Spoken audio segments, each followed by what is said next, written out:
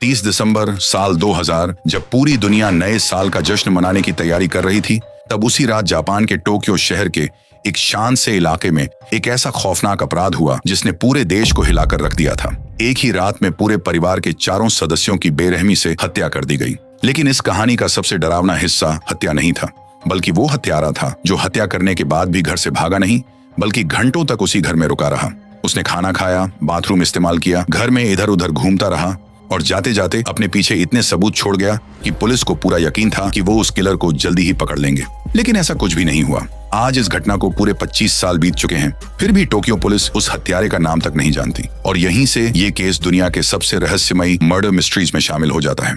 सोचिए, जब पुलिस के पास किलर का डीएनए था, फिंगरप्रिंट्स थे, कपड़ों के रेशे थे, जूतों के निशान थे, तब भी वो उस हत्यारे तक आखिर क्यों नहीं पहुंच पाए? और सबसे बड़ा सवाल, अगर उसका मकसद सिर्फ हत्या करना था तो वह वारदात के तुरंत बाद भागा क्यों नहीं? आखिर वह कई घंटों तक उसी घर में क्या करता रहा? दोस्तों, इस केस की कहानी जितनी आगे बढ़ेगी उतने ही ऐसे राज सामने आएंगे जो आपको हर कुछ मिनट में अपना नजरिया बदलने पर मजबूर कर देंगे। इसलिए इस वीडियो को आखिर तक जरूर देखिए, क्योंकि तभी आपको इस परिवार की पूरी कहानी, किलर द्वारा छोड़े गए चौंकाने वाले सबूत और उन थ्योरीज के बारे में पता चलेगा जिन पर पिछले 25 सालों से पूरी दुनिया बहस कर रही है। दोस्तों, जापान को दुनिया के सबसे सुरक्षित देशों में गिना जाता है। यहाँ अपराधों की संख्या बेहद कम है। लोग देर रात तक बिना किसी डर के बाहर घूमते हैं, महिलाएं अकेले सफर करती हैं और छोटे छोटे बच्चे भी बिना किसी चिंता के अकेले ही स्कूल चले जाते हैं। यही वजह थी कि जब 31 दिसंबर साल 2000 को टोक्यो के सेतागाया वार्ड में हुई उस खौफनाक घटना की खबर पूरे जापान में फैली, तो लोगों को अपनी आंखों पर विश्वास नहीं हुआ। किसी ने भी नहीं सोचा था कि इतनी बेरहम वारदात जापान जैसे शांत देश में भी हो सकती है। अब चलते हैं इस घटना से एक दिन पहले, 30 दिसंबर साल 2000। पूरा जापान नए साल के स्वागत की तैयारियों में जुटा हुआ था। वहाँ नए साल का त्योहार उतनी ही खुशी और उत्साह से मनाया जाता है जितना भारत में होली और दिवाली को मनाया जाता है। उसी समय टोक्यो शहर के एक बेहद शांत से सेतागाया इलाके में मियाजावा परिवार भी नए साल की तैयारियों में लगा हुआ था। पर इस परिवार को जरा भी अंदाजा नहीं था कि अगले 24 घंटों में उनके साथ कुछ ऐसा होने वाला था जिसके बारे में उन्होंने कभी अपने सपने में भी नहीं सोचा था। इस परिवार के मुखिया थे मिकियो मियाजावा, जिनकी उम्र 44 साल थी। वो एक मार्केटिंग कंपनी में काम करते थे। उनकी पत्नी यासुको मियाजावा 41 साल की थी। दोनों अपने 2 बच्चों के साथ रहते थे। उनके 6 साल के बेटे रे और 8 साल की बेटी नीना के लिए उनका घर सिर्फ रहने की जगह नहीं थी, बल्कि खुशियों से भरी एक छोटी सी दुनिया थी। उनका पूरा दिन नए साल की तैयारियों में बीता। रात को परिवार ने हमेशा की तरह एक साथ बैठकर खाना खाया। उस समय किसी को भी अंदाजा नहीं था कि ये उनकी जिंदगी का आखिरी डिनर होगा, और यही वो आखिरी पल था जब ये चारों एक साथ बैठे थे। करीब रात 10 बजे दोनों बच्चे अपने अपने कमरों में सोने चले गए। कुछ देर बाद मिकियो और यासुको ने भी घर की सारी लाइटें बंद की और अपने कमरों में चले गए। बाहर सब कुछ बिल्कुल शांत था, लेकिन घर के पीछे बने सोशिगाया पार्क में शायद कोई व्यक्ति पहले से छिपा हुआ था और वो बस मियाजावा परिवार के सोने का इंतजार कर रहा था। करीब रात 11:30 बजे वह शख्स आखिरकार घर में घुसा। घर के मेन दरवाजे से आने के बजाय उसने घर के पीछे से दूसरी मंजिल तक पहुंचकर खिड़की के रास्ते अंदर प्रवेश किया। ऐसा लग रहा था जैसे उसे इस घर के लेआउट की पूरी जानकारी पहले से थी। घर के अंदर घुसते ही उसकी नजर सबसे पहले 6 साल के रे पर पड़ी और बिना एक पल गंवाए उसने बच्चे पर हमला कर दिया। रे की आवाज सुनकर उसके पिता मिकियो तुरंत ग्राउंड फ्लोर से ऊपर दौड़े और उन्होंने अपने बेटे को बचाने की पूरी कोशिश की, लेकिन हत्यारा पूरी तैयारी के साथ आया था। कुछ ही देर के संघर्ष के बाद उसने मिकियो की भी हत्या कर दी, लेकिन उसका अगला शिकार अब माँ और बेटी थी। अब उसकी नजर घर की सबसे ऊपरी मंजिल यानी अटारी में सो रही यासुको और उनकी बेटी नीना पर थी। कुछ ही मिनटों में उसने उन दोनों को भी बेरहमी से मार डाला। कुछ देर पहले तक जिस घर में हंसी और नए साल की खुशियां थीं, अब वहां सिर्फ सन्नाटा ही रह गया था। हमने आज तक जितने भी साइकोपैथ्स, सीरियल किलर्स या खतरनाक हथियारों के बारे में सुना होगा, उनमें एक बात लगभग समान होती है। वारदात को अंजाम देते ही वे जितनी जल्दी हो सके क्राइम सीन से भाग निकलते हैं ताकि वे पुलिस से बच सकें। लेकिन सेतागाया केस का ये हत्यारा बिल्कुल अलग था। उसने मियाजावा परिवार की हत्या करने के बाद वहां से भागने की कोई जल्दबाजी नहीं दिखाई। इसके बजाय वह कई घंटों तक उसी घर के अंदर रुका रहा, जैसे उसे पकड़े जाने का जरा भी डर नहीं था। लेकिन इससे भी बड़ा सवाल ये है कि आखिर उन घंटों के दौरान उसने घर में क्या क्या किया। यकीन मानिए, आगे आपको जो बातें पता चलेंगी वे इस पूरे केस को और भी रहस्यमयी बना देंगी। अगली सुबह करीब 10:30 बजे यासुको मियाजावा की माँ हारुको ने अपनी बेटी को कई बार फोन किया, लेकिन हर बार फोन बजता रहा, किसी ने नहीं उठाया। उन्हें बिल्कुल भी अंदाजा नहीं था कि उनकी बेटी का पूरा परिवार अब इस दुनिया में नहीं रहा। काफी देर तक कोई जवाब न मिलने पर हारुको खुद अपनी बेटी के घर पहुंची और जैसे ही उन्होंने घर के अंदर कदम रखा, उनके पैरों तले जमीन खिसक गई।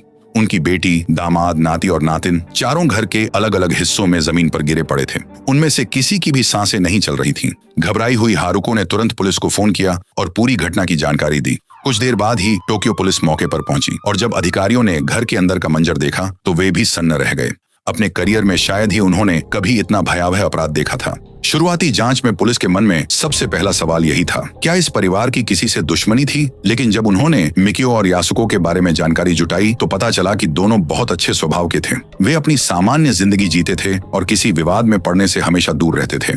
यानी पहली नजर में ऐसा कोई कारण दिखाई नहीं दे रहा था जिसकी वजह से कोई पूरे परिवार की इतनी बेरहमी से हत्या कर दे। लेकिन एक सवाल ऐसा था जिसने उन्हें सबसे ज्यादा उलझा दिया था। इतनी भयानक वारदात के दौरान किसी पड़ोसी ने कोई चीख या शोर क्यों नहीं सुना? हैरानी की बात तो ये थी कि घर के ठीक बगल में जहां हारुको का परिवार रहता था वहां तक भी किसी को कोई आवाज सुनाई नहीं दी। और इस सवाल का जवाब उस घर के आसपास के माहौल में छिपा हुआ था। जब साल 1991 में मिकियो और यासुको टोक्यो के फुचू शहर से सेतागाया आए थे तब उनके घर के पास मौजूद पार्क के आसपास करीब 200 से ज्यादा घर थे। यह इलाका काफी आबाद था और यहाँ हमेशा लोगों की आवाजाही रहती थी। लेकिन कुछ साल बाद सरकार ने सोशिगाया पार्क को एक्सपेंड करने का फैसला किया। इसके लिए आसपास के लोगों की जमीनें खरीदी जाने लगी। सरकार अच्छी खासी कीमत दे रही थी, इसलिए ज्यादातर लोगों ने अपनी जमीन बेच दी और टोक्यो के दूसरे इलाकों में जाकर बस गए। देखते ही देखते ये पूरा इलाका लगभग खाली हो गया और साल 2000 के आते आते वहाँ सिर्फ मियाजावा परिवार, हारुको का परिवार और गिने चुने कुछ घर ही बचे थे। लेकिन फिर भी सवाल यही था कि हारुको के परिवार ने भी कोई आवाज क्यों नहीं सुनी? इसकी वजह भी काफी इंटरेस्टिंग थी। हारुको और मियाजावा परिवार के घर आपस में जुड़े हुए थे। अपनी अपनी प्राइवेसी बनाए रखने के लिए दोनों ने घरों में साउंड प्रूफिंग करवा रखी थी ताकि एक घर की आवाज दूसरे घर में न जा सके। यही कारण था कि उस रात घर के अंदर क्या हुआ इसकी भनक बगल में रहने वाले हारुको के परिवार तक भी नहीं पहुंची। अब जैसे जैसे पुलिस घर की बारीकी से जांच करने लगी उन्हें एक के बाद एक ऐसे सबूत मिलने लगे जिन्हें देखकर उन्हें समझ आने लगा कि आखिर ये हत्यारा वारदात के बाद घर के अंदर इतनी देर तक क्या करता रहा। सबसे पहले पुलिस को पूरे घर में मियाजावा परिवार का खून मिला, लेकिन इसके अलावा वहां पर किसी और व्यक्ति का भी खून था और ये उसी किलर का था। इसका मतलब साफ था कि वारदात के दौरान हत्यारा भी घायल हुआ था। मिकियो ने अपने परिवार और खुद को बचाने की पूरी कोशिश की थी और संघर्ष के दौरान उन्होंने हत्यारे को भी घायल कर दिया था। यही वो पल था जब पुलिस को एहसास हुआ कि हत्यारे ने एक और बड़ी गलती कर दी थी। पुलिस को उस हत्यारे का डीएनए किसी एक जगह से नहीं बल्कि घर के कई अलग अलग हिस्सों से मिला। परिवार की हत्या करने के बाद उसने घर के टॉयलेट का इस्तेमाल किया था। उसके मल के सैंपल से पुलिस उसकी डीएनए प्रोफाइल तैयार करने में सफल हो गई। यहाँ तक कि उसकी उंगलियों के निशान भी पूरे घर में बिखरे पड़े थे, रसोई में, सोफे पर, सीढ़ियों पर और यहाँ तक कि कंप्यूटर के माउस पर भी। यानी इस इंसान ने पहले पूरे परिवार की हत्या की, फिर आराम से फ्रिज खोला, खाना निकाला और खाया। उसने करीब 3 से 4 पैकेट आइसक्रीम खाई। इसके बाद वह बाथरूम गया, कई घंटों तक सोफे पर बैठकर आराम करता रहा और यहाँ तक कि घर का कंप्यूटर भी इस्तेमाल किया। जरा सोचिए, जिस इंसान ने कुछ मिनट पहले 4 लोगों की हत्या की हो वो आराम से बैठकर आइसक्रीम कैसे खा सकता है? ये सब देखकर ऐसा बिल्कुल नहीं लग रहा था कि वो पकड़े जाने से डर रहा था, बल्कि ऐसा महसूस हो रहा था जैसे ये घर उसी का हो। हत्यारे का ऐसा अजीब व्यवहार देखकर ऐसा लग रहा था कि शायद वह मेंटली अनस्टेबल था। एक समय उन्हें यह भी शक हुआ कि शायद वह चोरी के इरादे से घर में घुसा था और पकड़े जाने पर उसने पूरे परिवार की हत्या कर दी। लेकिन उनका यह शक भी जल्द ही दूर हो गया, क्योंकि जब पुलिस ने पूरे घर की जांच की तो पाया कि वहां रखी लगभग सभी कीमती चीजें अपनी जगह पर मौजूद थीं। इसके अलावा उन्हें हत्यारे से जुड़े कई और अहम सबूत भी मिले। उसके कपड़ों के रेशे, जूतों के निशान और उसका बैग। इतने सारे सबूत हो जाने के बाद पुलिस को पूरा यकीन था कि अब जल्द ही वो उस हत्यारे तक पहुंच जाएंगे। लेकिन ऐसा बिल्कुल भी नहीं होता। आगे जो हुआ इसका उन्हें बिल्कुल भी अंदाजा नहीं था। सबसे पहले मियाजावा फैमिली के रिश्तेदारों से पूछताछ की गई। फिर उन सभी लोगों से सवाल किए गए जो किसी न किसी तरह इस परिवार को जानते थे। आसपास रहने वाले रेजिडेंट से लेकर उन लोगों की एक लिस्ट तैयार की गई जिन्हें घटना से पहले या बाद में उस इलाके में देखा गया था। कुछ समय के लिए ऐसा लगा कि शायद वो बस किलर तक पहुंचने ही वाले हैं, लेकिन जैसे जैसे इन्वेस्टिगेशन आगे बढ़ी पुलिस की उम्मीदें टूटती चली गईं। जिन लोगों पर शक किया जा रहा था उनमें से एक भी व्यक्ति उस एविडेंस से मेल नहीं खा रहा था। जिस इंसान की तलाश थी वह मानो हवा में गायब हो चुका था। दिन बीतते गए, फिर महीने और महीने सालों में बदल गए। आज इस केस को 25 साल से भी ज्यादा हो चुके हैं, लेकिन टोक्यो पुलिस आज तक उस किलर का नाम तक नहीं जान पाई। उसे गिरफ्तार करना तो बहुत दूर की बात है। लेकिन सबसे बड़ा सवाल यही है कि जब पुलिस के पास किलर का डीएनए, फिंगरप्रिंट्स, ब्लड सैंपल्स, कपड़े और दर्जनों फिजिकल एविडेंस मौजूद थे तो फिर वह आज तक पकड़ा क्यों नहीं गया? आइए अब इसी सवाल का जवाब समझते हैं। सबसे पहली वजह थी उसका डीएनए। पुलिस के पास किलर का डीएनए और फिंगरप्रिंट्स दोनों भले ही मौजूद थे, लेकिन जब उन्हें जापान के क्रिमिनल डेटाबेस से मिलाया गया तो एक भी मैच नहीं मिला। इसका सीधा मतलब था कि या तो वो व्यक्ति पहले कभी गिरफ्तार नहीं हुआ था या फिर उसका रिकॉर्ड जापान के क्रिमिनल डेटाबेस में था ही नहीं। अगर वह पहले किसी क्राइम में पकड़ा गया होता तो उसकी पहचान उसी समय हो सकती थी। दूसरी बड़ी चुनौती थी प्राइवेसी लॉज। पुलिस के शक के घेरे में हजारों लोग थे, लेकिन सिर्फ शक के आधार पर किसी का डीएनए लेकर उसकी जांच नहीं की जा सकती थी। कानून ने इन्वेस्टिगेशन की रफ्तार को सीमित कर दिया था। और तीसरी वजह थी टेक्नोलॉजी। साल 2000 में सेटागाया इलाके में सीसीटीवी कैमरास लगभग न के बराबर थे, इसलिए पुलिस के पास किलर की कोई तस्वीर नहीं थी, न ही उसके आने जाने का कोई वीडियो रिकॉर्ड। वह किस रास्ते आया और किस रास्ते गायब हो गया, ये आज भी एक अनसुलझा सवाल बना हुआ है।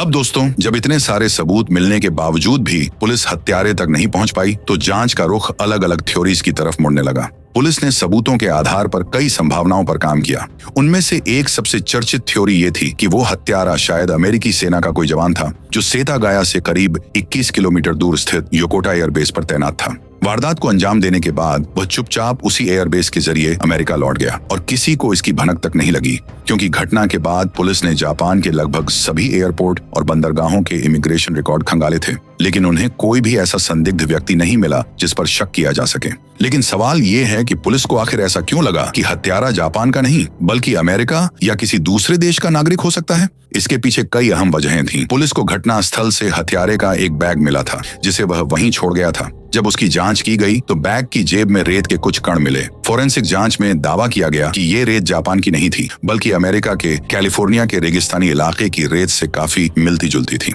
यही नहीं, घटना स्थल पर मिले जूतों के निशान भी पुलिस के लिए एक बड़ा सुराग बने।